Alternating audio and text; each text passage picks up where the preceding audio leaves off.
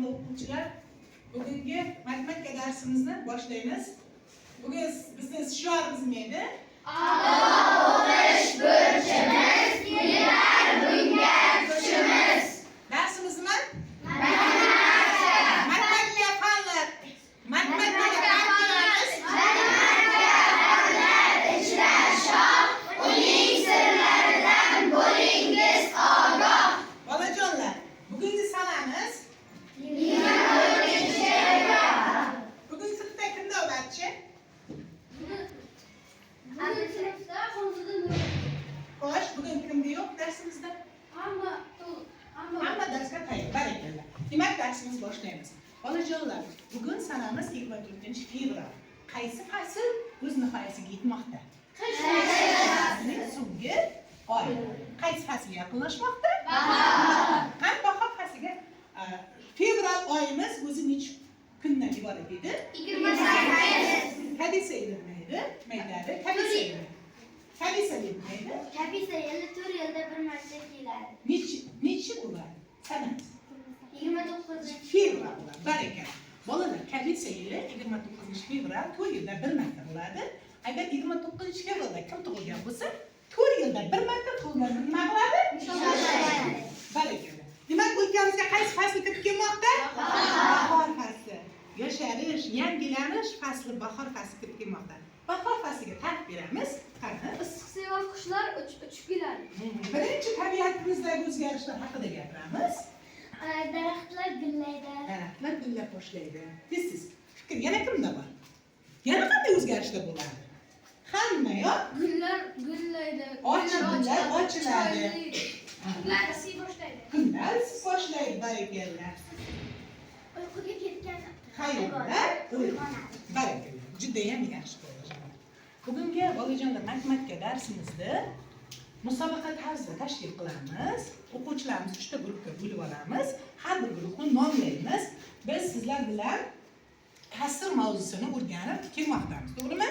Shuning uchun biz o'tilgan mavzularimizga bog'lab bugungi darsimizni mana shu ta'sir so'ziga oid bo'lgan so'zlar bilan guruhlarni nomlaymiz. Birinchi guruhimizni ta'sir guruhi deb nomlaymiz. Ikkinchi guruhimiz surat guruhi deb nomlaymiz. Uchinchi guruhimiz esa mahraj guruhi deb nomlaymiz. Darsimiz musobaqa shaklida bo'lgani uchun har bir guruhga savollarga, berilgan topshiriqlarga yaxshi bajargan o'quvchilarni stiker bilan baholab boramiz. O'sha stikerlarni esa mana shu guruhingizni chetiga yopishtirib chiqasiz va oxirida qaysi guruhning stikerlari ko'p bo'lsa, shu guruh nima qilgan bo'ladi darsimizda? G'olib bo'lgan bo'ladi. Barakallah. Endi hozir biz sizlar bilan uyga vazifani so'raymiz. Qani? Uyga vazifa nima edi? Kim aytadi? Biz o'tgan matematika darsidagi vazifa 10-misol va 12-chi masalalarni ishlab kelish kerak. Rahmat. Qani biz do'stingni tekshir metodi orqali hozir 10-misol tekshirib olamiz. Daftarlarimizni almashtiramiz. Birinchi misol o'qiydi. Hozir tez tekshiramiz. Haydovchi bir shahardan ikkinchi shaharga Qatnoq? yetib borishni mo'ljal qildi. U yo'lning birinchi yarmini 1.5 oldi. 10-misol. Asli o'qi. Birinchi misol o'qib. Biz kasrlarni ko'paytirishni o'rganib kelyapmiz, to'g'rimi? Kecha o'tgan edik. 8/9 ko'paytirilgan 4, 8/9 qo'shilgan 8/9 qo'shilgan 8/9 Natijasini aytamiz. 32/9 uni aralash kasrga aylantirib olamiz. 3.5/9. 5/7 ko'paytirilgan 3. Bundan natijasini aytib ketamiz. 10/7 buni aralash kasrga aylantiramiz. 1.3/7. To'g'ri. To'g'risini 2.1/7 bo'ladi. Ikkisi javobi. 1/2 ko'paytirilgan 5 ning javobi 2.1/2. keyingisi. Mabayla. 2/5 ko'paytirilgan 4 ning 1.3/5. 5/6 ko'paytirilgan 13 teng 10/5/6. 7/9 ko'paytirilgan 8 teng 6.2/9. Siz 3 taqsim 4 ko'paytirilgan 52 teng 156 taqsim 4 8 to'g'rimi? 8 taqsim 10 ko'paytirilgan 7 5 butun 6 taqsim 10 11'ni Kamala o'qiydi qizim. Navbat Kamalaga keldi. Masala 11-masala. Balet jamoasida 96 kishi bor. Ularning 3 taqsim 4 qismi uyqudagi go'zal baletida, 5 taqsim 6 qismi qarsildoq baletida qatnashdi. Qaysi spektaklda ko'p va necha marta ko'p odam qatnashadi?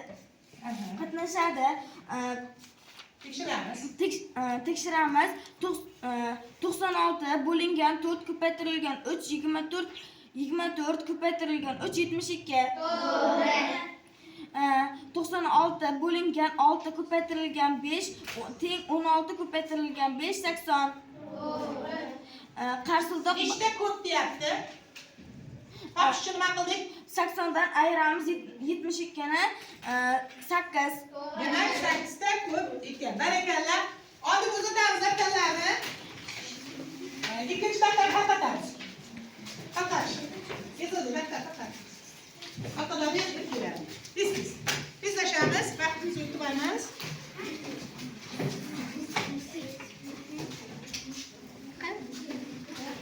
Shunga qo'yib, bizlashamiz.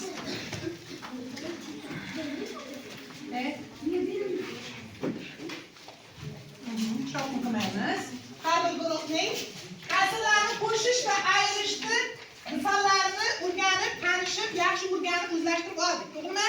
Ana endi hozir biz sizlar bilan o'tilgan mavzumizni va mana shu ta'sirlarni qo'shishni va ayirishni siz qay darajada yaxshi o'zlashtirishganingizni tekshirish uchun biz hozir bo'g'irsoq ertak orqali sizni tekshiramiz. 11-masalada necha marta ko'p? Necha marta ko'p degan onda bola necha marta ko'p bo'lish uchun 72 ga yana 72 ni qo'shishimiz kerak.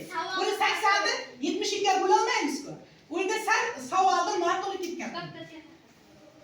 Juda ham to'g'ri savol berdingiz, juda zudlasiz, juda ham yaxshi. Qarang, endi buni davom etamiz. Hozir 3 ta guruhimizga mana bilasiz, bo'g'irsoq ertagi haqida yaxshi ma'lumot yegansiz.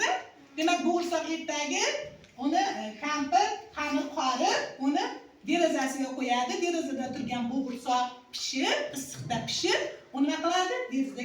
Derazadan tushib, qochishga nima qiladi? Shaylanib turibdi. Uni oldida 3 ta yo'l bor. Bilasiz, qaysi hayvonlarga duch keladi bo'g'irsoq ertakda? Qaysi hayvon yeb qo'yadi? Tulki. Ana endi biz hozir ertamizga salgin o'zgartirish kiritamiz. Har bir guruhda bittadan yo'l bor. U guruhda o'zining hayvoni turibdi. Mana shu hayvon birinchi guruh quyon. Quyonga yordam beradi qanday qilib? Qanchalik siz misollarni to'g'ri bajarib, tezroq quyoningizni bo'g'irsoqni yedirishga harakat qilasiz. Ikkinchi guruh esa ayiq polvonga yordam beradi. Misollarni yechib, balki ayiq polvon yetib qo'yadi. Uchinchi guruh esa tulkiga yordam beradi. Qaysi guruhning o'quvchilari ta'sirlar qo'shishni ayirishni yaxshi o'rgangan bo'lsa, shuning hayvoni bo'g'irsoqni birinchi bo'lib yeydi. Demak, salgina ertagini nima qildik? O'zgartirish kiritdik. Tayyormisiz? Har bir guruhdan bittadan kishi chiqadi. Boshlaymiz. Kelib turing. Tayyormisiz? Boshlaymiz. Boshladi. Men tekshirib turaman, ha?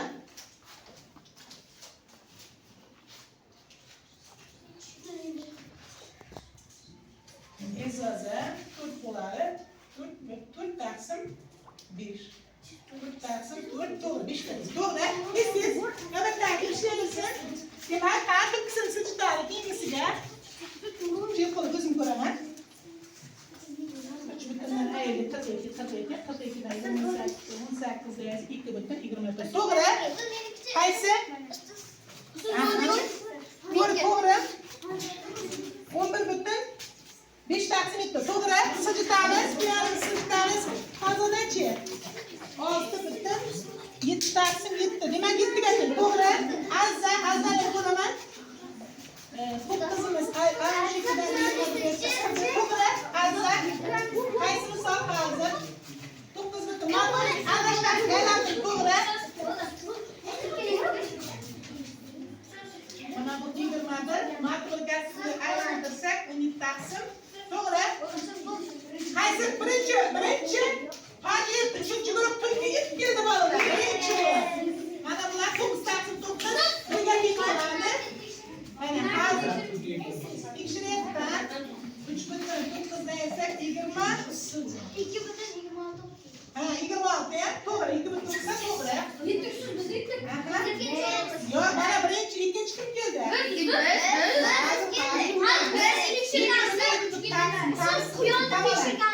Meniki emas, o'sib mana. O'sizlarga. Demak, birinchi tulki bu hisobni it nima qilib qo'ydi? Yeb qo'ydi. Ayb polvon bilan quyongachi bu hisob qoldimi? Yo'q, qolmadi. Lekin rahmat, hammasi misollar to'g'ri ichgani uchun har bir guruhga bittadan stikka beramiz. Yaxshi, bolajonlar, biz sizlar bilan mana kasrlarimiz qilyapmiz. Mana doiramiz qanday? Bir butun doira. Bir butun doiramiz. Endi biz bu butun doiramiz. Endi shuni biz uni nechiga bo'ldik? Ikkiga bo'ldik. Uni kasr bo'lishda yozsak, ikki bo'ladi. Buni yana bitta qanday nom bilan ataymiz? Ikkilardan yana nima deb ataymiz? Bundachi? Bir taqsim to'rtga teng bo'ladi. Bir taqsim to'rtga chorak qismi deb ham ataymiz, to'g'rimi? Bu yerdachi necha bo'lakka bo'lingan? 8 bo'lakka bo'lingan. Bittasini nima qilmoqchi bo'lsak, olmoqchi bo'lsak, 8 dan 1 olmoqchi bo'lgan bo'lamiz. Buni yana qanday nom bilan? Nimchorak qismi deb, doiraning nimchorak qismi deb ataymiz. Barakalloh. Biz narsaga chiqarib olamiz. Bolalar, hozir biz sizlar bilan o'tilgan mavzularni yana bir mustahkamlab olishni aqliy hujum o'tkazib olamiz. Faqat tez javob beramiz. Birinchi guruh. Nima kesmani farqini ayting. Nima kesmani farqi? Jahongir. Kesma bir tog'da chegaralangan, bu ikki tog'da Kesmani. ikki tarafdan chegaralangan bo'lgan to'g'ri chiziq kesma deyiladi. Bir esa bir tomon chegaralangan, ikki tomon cheksiz bo'lgan chiziq yo'l deyiladi. Barakalla. Masofani topishni nima qilamiz? Masofani topish uchun tezlikni vaqtga ko'paytiramiz. Barakalla. Ikkiga bo'lishning alomatlari. Ikkiga bo'lishning alomatlari qanday sonlar ikkiga bo'linadi? Aksaman. Agar sonli oxirgi raqamlari juft sonlar bo'lsa, o'sha sonlar ikkiga bo'linadi. Barakalla. Hajm topishni formulasi. Barakalla. Uchga bo'linishning alomatlarini. Uchga bo'linishning alomatlari. Sonlarning Raqamlar yig'indisi 3ga bo'linsa, son 3ga bo'linadi. Bitta stiker beramiz. Ikkinchi guruhga savolimiz kvadrat nimaga aytiladi? Hamma tomoni teng bo'lgan to'g'ri to'rtburchak kvadrat deyiladi. 5ga bo'linishning alomatlari. Xo'sh. Sonning oxirgi raqamini yo'lga 5 bilan tugasa shu son 5 ga Bo'linadi. Mana tezlik topish uchun formulasi tezlik topish uchun qilamiz. Tezlik topish uchun masofani vaqtga qo'yamiz. Ha. Qanday kasr to'g'ri kasr deyiladi? Tez Mahrajidan kichik bo'lgan kasr. kasrlar to'g'ri kasr deyiladi. Barakalla. 9ga bo'lishning alomatlari. sonning oxirgi raqamlari yig'indisi 9 ga bo'lsa, o'sha son Son oxirgi raqamlari emas. sonning raqamlari yig'indisi 9 ga bo'linsa, o'sha son 9 ga bo'linadi. 9ga bo'lingan sonlar 3 ga ham bo'linadi. barakalla. Uchinchi guruh mahraj guruhiga parallel to'g'ri chiziqlar nimaga keladi? Parallel to'g'ri chiziqlar bir-biri bilan kesishmaydigan to'g'ri chiziqlar parallel to'g'ri chiziqlar. Barakalla. 4ga bo'lish alomatlari tez. Sonning oxirgi ikki raqami to'rtga bo'linsa yoki ikkita nol bilan tugatsa, bu son to'rtga bo'linadi. Qanday kasr noto'g'ri kasr deyiladi?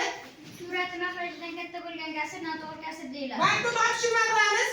Vaqtni topish uchun masofani tezlikka bo'lamiz. 10ga bo'lish alomatlari. Sonning oxirgi raqami 0 bilan tugasa, shu son 10 ga bo'linadi. Barakalla. Uchala guruhga ham bittadan stiker beriladi. Ana endi bolalar biz o'tgan mavzularni mustahkamlab oldik. Endi bir dam mashg'ulotni o'tkazib olamiz. Buni ham biz o'tgan mavzularni bog'laymiz, bir-birimizga qarab turamiz. Men to'g'ri kasrlar aytsam, 2 marta chaqirchalamiz. Noto'g'ri kasr aytsam, qatlam 2 marta chaqirchalamiz. Tushunadi? Ketdik. 5 taqsim 8. 9 taqsim 9. 7 taqsim 4. 8 taqsim 10. 5 taqsim 2. 9 taqsim 3. 2 taqsim taqsim 5. Rahmat, baraka. Demak, tasvir haqida yaxshi bilib olyapsiz. Bolajonlarga biz sizlarga yangi mavzu o'tamiz. Yangi mavzumiz kitobimizda 10-mavzu. Bugun sanamizni oldin yozib olamiz. Bugun sanamiz hamma qanday yozadi? Bugun 24-fevral oyi. Chiroyli qilib tez-tez daftarimizga yozamiz. Mavzumiz masalalar yechish. Chiroyli qilib yozamiz.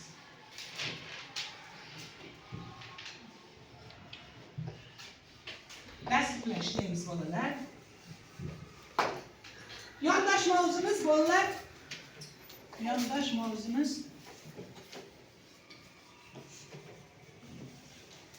Yondosh mavzuni siz yozib yotmang, men o'zim yozib qo'yapman. Siz yondosh mavzuni yozib yotmang. Haydov.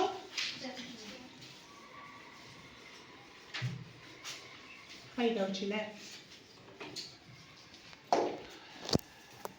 Kundalik hayotda bolalar biz juda ko'p uchraydigan, yonimizda, hayotimizda ko'p uchraydigan bu nimalar? Mashinalar ko'p hayotimizda uchraydi. Mana bu mashinalarni bilasiz, turlari juda ham ko'p. Ko'pincha o'zingiz ko'pchilik otalarimizda, ayolarimizda shaxsiy avtomobillarga degan. Avtomobillar insonning yaqinini uzoq qilish uchun nima qilinadi? Foydalanadi. Kim aytadi menga? Mana shu O'zbekistonda birinchi qaysi viloyatida avtomobil zavodi ishga tushgan? Qaysi viloyatimizda? Andijon viloyatida Asaka shahrida birinchi O'zbek mashinalar ishlab chiqarilgan. Birinchi qaysi mashinalar ishlab chiqarilgan? Birinchi. Qaysi mashinalar ishlab chiqarilgan? Damas, Tiko, Nexia'lar ishlab chiqarilgan. Barakallah. Yana qaysi viloyatimizda yana qanday mashina ishlab chiqariladi? Qaysi viloyatimizda yana qanday mashina ishlab chiqariladi? Samarqandda qanday mashina ishlab chiqariladi? Mashina, KAMAZ mashinalar nima qilinadi? Ishlab chiqariladi. Bolalar hayotda mana hali biz mavzu davomida yana shu avtomobillarga, haydovchilarga yana to'xtalib o'tib ketaveramiz. Hozir esa yangi mavzumizni boshlaymiz. Bolajonlar, birinchi mavzumiz haydovchilar masofani juda ham yaxshi bilish kerak. Haydovchilar birinchi nimaga e'tibor berish kerak bolalar? Yuradigan yo'lini, masofasini, mashinasining tezligini va unga ketadigan vaqtni nima qilish kerak haydovchilar? Juda ham yaxshi bilish kerak.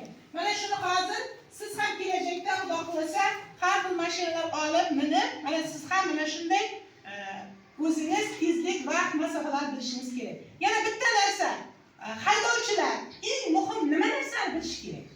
Hayotda nima narsaga ular e'tibor qilish kerak? yo'l harakat qoidalari. Yo'l harakat qoidalariga ular juda ham e'tibor qilish kerak. Ularning hayotining xavfsizligi mana shunga bog'liq. To'g'rimi? Albatta o'zining emas, o mashinasidagi insonlarning ham. Masalan, avtobus haydovchilari bor, to'g'rimi? Taksichilar bor. Ular ichidagi shaxslarga ular javobgar hisoblanadi. Ana endi hozir haydovchilar masofani juda yaxshi bilishlari kerak. Quyidagi savollarga javob bering deyapti. Buni endi guruhlar bo'yicha musobaqa qilib o'tkazamiz. Har bir guruh bittadan savolga javob berib bitiradi. Birinchi guruhdan kim? Sanja kim bor? Tez. Tezlashib gapiramiz. 1 santimetrning qanday qismi tashkil qiladi? Buni nima? Doskaga kasr punkt yozamiz. Barakallah. 1 santimetr 10 millimetr bo'lgani uchun g'aflatiga 10 ni yozamiz. Suratiga 3 ni yozamiz. 3 millimetr yozamiz. Barakallah. O'zimning ko'rishimda ko'rsatib beraman. Buni taxminan 10 santimetr 10 santimetr bo'lsak, 10 santimetrning 3 qismi mana shunday. Barakallah. Ikkinchi guruhdan keling. Durdona qizim. Ikkinchisini o'qiymiz. Demak, 1 santimetrni 1 detsimetr qanday qism tashkil qiladi? 1 detsimetrimiz 10 santimetr bo'lgani uchun mahrajiga 10 yozib olamiz. Barakallah. Suratiga 5 santimetrni yozib olamiz. Yaxshi. Ikkinchini ko'rsatib beramiz. Taxminiy olyapmiz bolalar buni. Taxminiy buni 10 santimetr deb olsak, bu 1 detsimetr bo'ladi. bunda 5 santimetrni ajratib olsak, Bundan 5 qismi bo'ladi. Barakalla qizim. Juda ham yaxshi. Ularga nima berib ketiladi? Shu tez keling. Vaqtimiz yo'q. Tez keling. 24 santimetr 1 metrning qanday qismini tashkil qiladi? Buni kalsa ko'rinishida yozib beraman. 1 metrimiz 100 santimetr bo'lgani uchun mahrajga 100 yozamiz. Barakalla.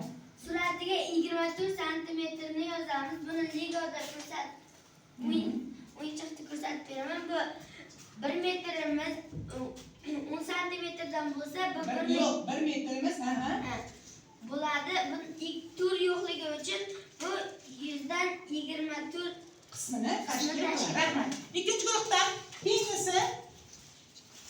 Bular og'zaki savollar bolalar. 1 kilometrni qanday qismini tashkil qiladi? Men buni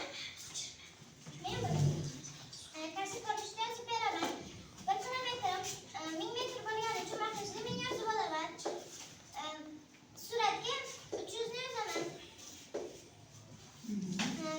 Men hozir buni lego o'yinchog'ida ko'rsatib beraman. Biz hozir buni taxminan 1000 metr deb olamiz va 300 metr, uning 300 metr qismini olamiz. Bu 1000dan 300 metr qismini tashkil etadi. barakalla. Rahmat qizim. Ikkinchi guruhdan kim? Ikkinchi guruhdan kelsin. 2 santimetr 3 millimetr 1 desimetrni qanday qismini tashkil qiladi? 1 desimetrimiz 10 santimetr bo'lgani uchun mahrajiga 10 yozamiz, suratiga 23 millimetr yozamiz. Shunda e'tibor berishimiz kerak. 2 santim 3 millimetr nimaga aylantirib olamiz qizim? Millimetrga aylantirib oldim. Barakalla. Buni men lego o'yinchog'ida ko'rsatib beraman. Buni taxminan 10 santimetr deb 10 millimetr deb olsak, 23 yo'qligi uchun bu shunday ko'rinishda bo'ladi. Qarang, 10 emas, 1 desimetr 2 millimetr. Hadi qizim, hayajonlanmang. 100 millimetr. 100 dan necha bo'ladi? 23 qismini tashkil qiladi. Rahmat. Keyingisi, qizimiz yetmay qolgan, shuncha alohida berganmiz, o'qing qizim. 8 millimetr 1 santimetrning qanday qismini tashkil qiladi? Yozib birinchi ko'rsating. Buni kalsiy ko'rinishida yozamiz. Mahrajiga 10 yozamiz, suratiga 8 yozamiz. Buni men lego o'yinchog'ida ko'rsatdim.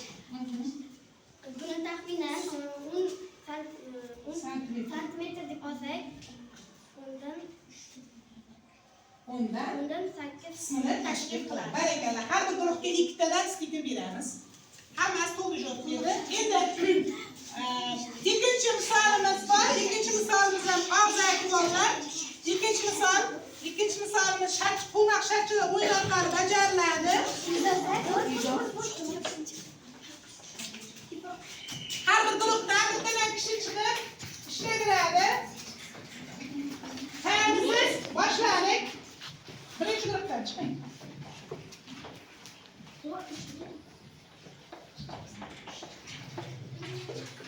Kitobda berilgan, o'zi ikkitadan berilgan edi. Ikkitasini ishlaymiz bo'ladi bola. Vaqtimiz yetmay qoladi bo'lmasa. Aytma. Ikki chiqsin bo'ldi. Boshqalar chiqmasin.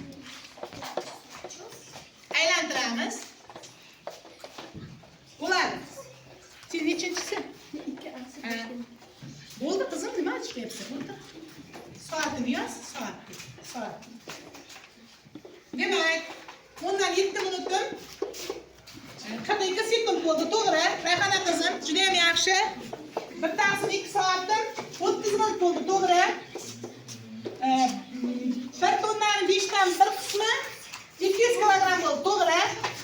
Bo'ldi dedim, bo'ladi. Ishlamasa ham bo'ladi. Bular ikkitasini hisoblaymiz. Sutkamiz 8 soat bo'ldi. 3 dan 1 sutkamiz 8 soat bo'ldi. 5 sutkamiz esa 120 soat bo'ldi. Bo'ldi. 3 ta guruhga bittadan lego o'yinchoqlari bor. Endi keyingi masalamizga o'tamiz. 3-masala hamma kitobga qo'yadi. Buni bajarishimiz kerak.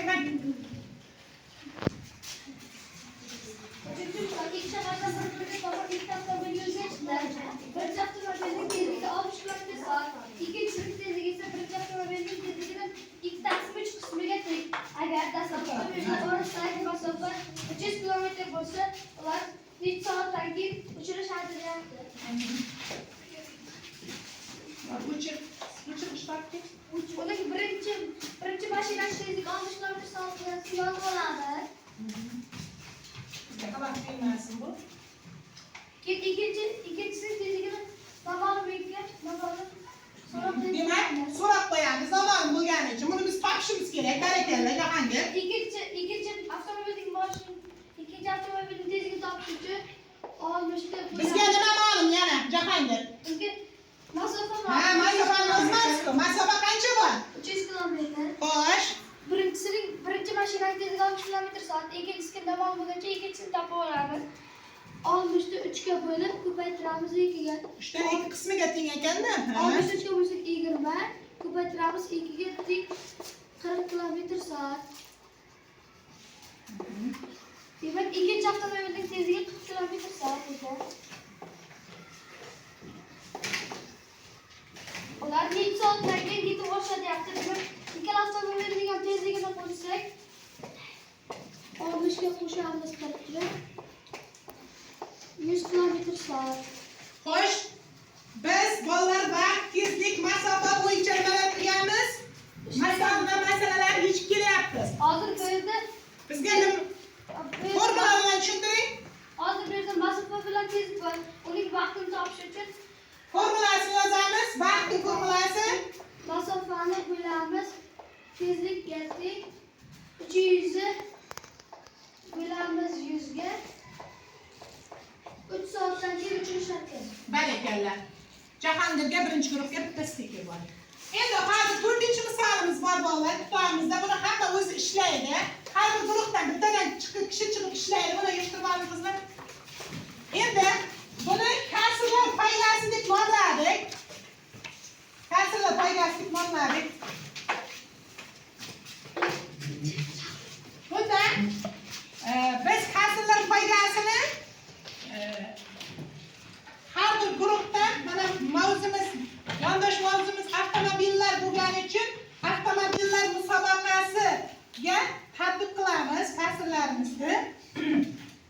Birinchi guruhga bu mashina, ikkinchi guruhga bu mashina, uchinchi guruhga sizga bu mashina. Har bir guruhdan bittadan kichik misolni ishlaydi. Mana bu yerda bayrog'imiz qani bolajonlar? Bitta bayroq olib Finishga mana shu avtomobillarimiz, o'quvchilarimiz misollarni qanchalik to'g'ri va tez yechgan o'quvchilarning mashinasi finishga birinchi o'tib kelish kerak. Tushuntiradimi? Boshlaymiz. Birinchi misol.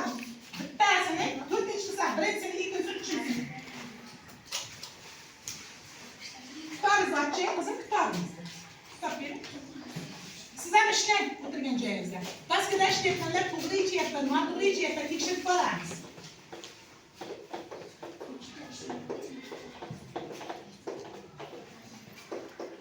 Misollarni tekshirib boramiz bolalar.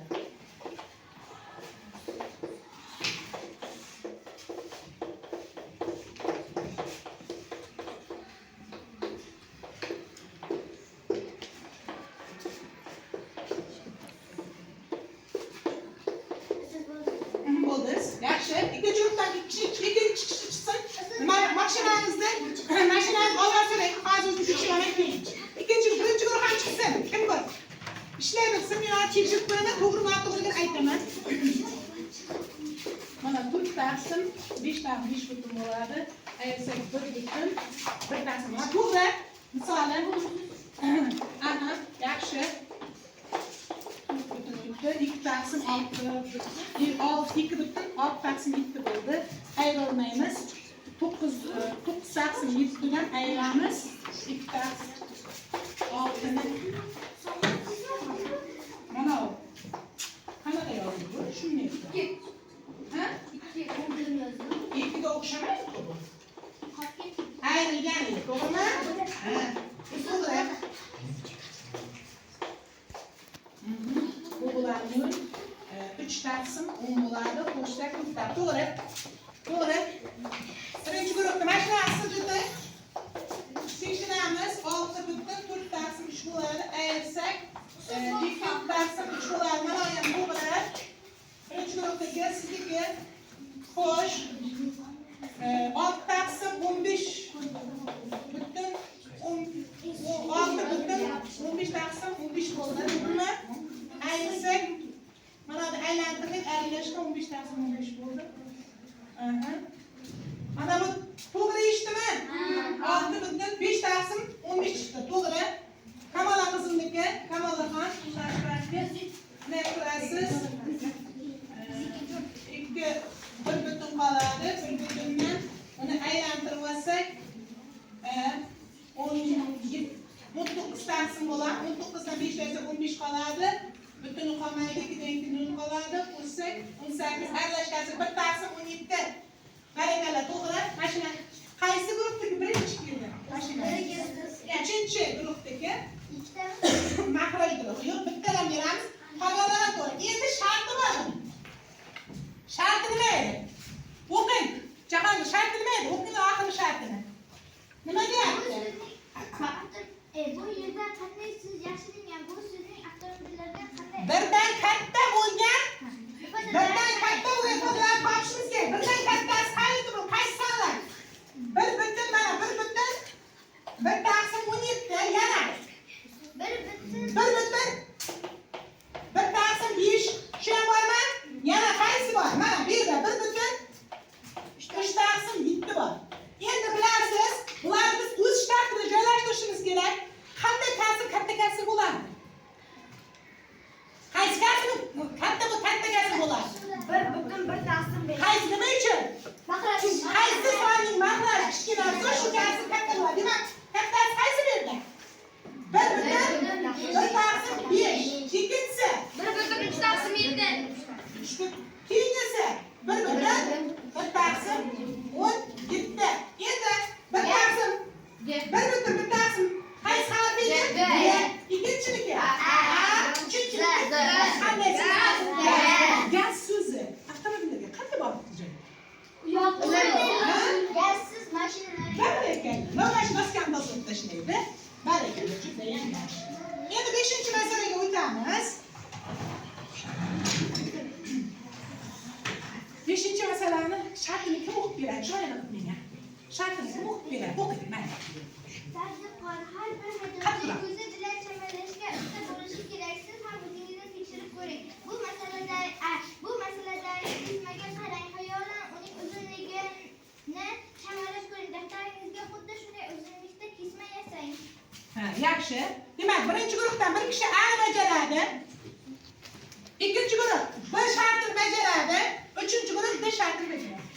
Tez daskiga. Bolalar, har bir haydovchi ko'z bilan chamalashni bilishi kerak. Nima uchun? Haydovchilikda ko'z organlarimiz ichida haydovchida ko'z bilan chamalashni bilish juda ham eng kerakli bo'lgan qobiliyatlardan biri hisoblanadi. Biz ham masalan uyimizdan maktabgacha bo'lgan masofani ko'zda chamalay olishni